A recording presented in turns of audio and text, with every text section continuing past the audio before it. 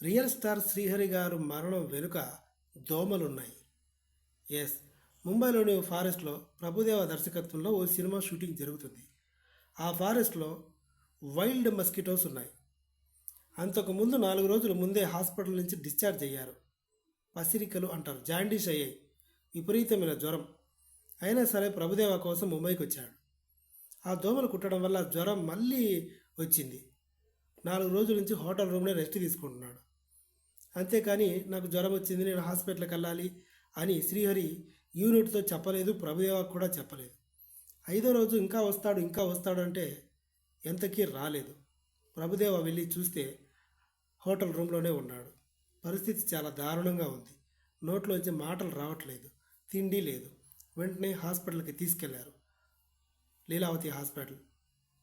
తర్వాత ఏం జరిగిందో అందరికీ తెలుసు. దోమలు పొట్టన పెట్టుకున్నాయి.